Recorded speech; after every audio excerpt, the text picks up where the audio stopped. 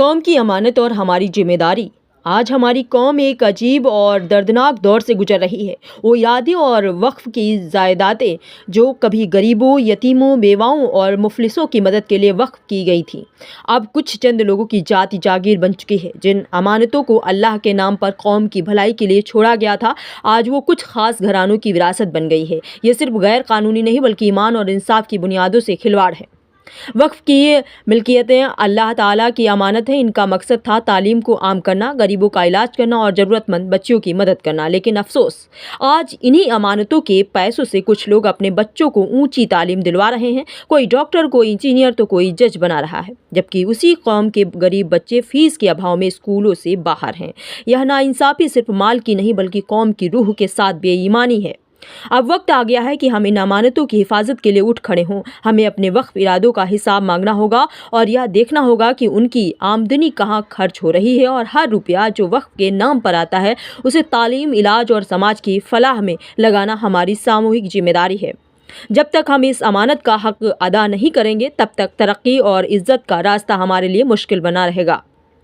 کل کا ایک منظر اس درد کو اور گہرا کر گیا۔ میں نے دیکھا کہ ہماری قوم کی ماں بہنیں دوسرے مذہب کی عبادت گاہوں میں جا کر ہومیوپیتھک علاج کے لیے قطاروں میں کھڑی تھیں۔ یہ نظارہ دل کو چیر دینے والا تھا۔ سوال یہ نہیں کہ علاج لینا غلط ہے، اسلام علاج کو منع نہیں کرتا، لیکن اپنی پہچان اور اعتقاد کو بھول جانا غلطی ہے۔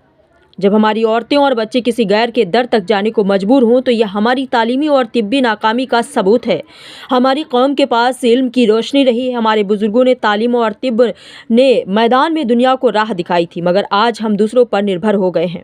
ہمیں اپنے تعلیمی ادارے، اپنے کلینک، اپنے ریسرچ سینٹر اور اپنے ڈاکٹر تیار کرنے ہوں گے تاکہ ہماری نئی نسلیں علم اور ہنر سے لیس ہو کر اسلامی تعلیم اور انسانی خدمت دونوں میں سرپرست بن سکے۔